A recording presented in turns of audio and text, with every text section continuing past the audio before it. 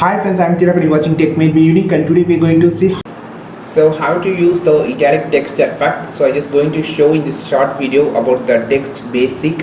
So if I just need a italic text effect for this particular word effect, just select it and you will have while you just selecting, you will have the pop-up here the I symbol. Just click this, the effect automatically apply.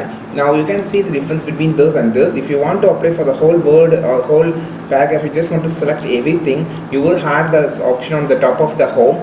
You will have here, and the keyboard shortcut was Ctrl plus I, which make your text italic. For an example, you are copying your text from a website or from some other article or PDF. So you just copying the text and it has been italic. And how to remove this?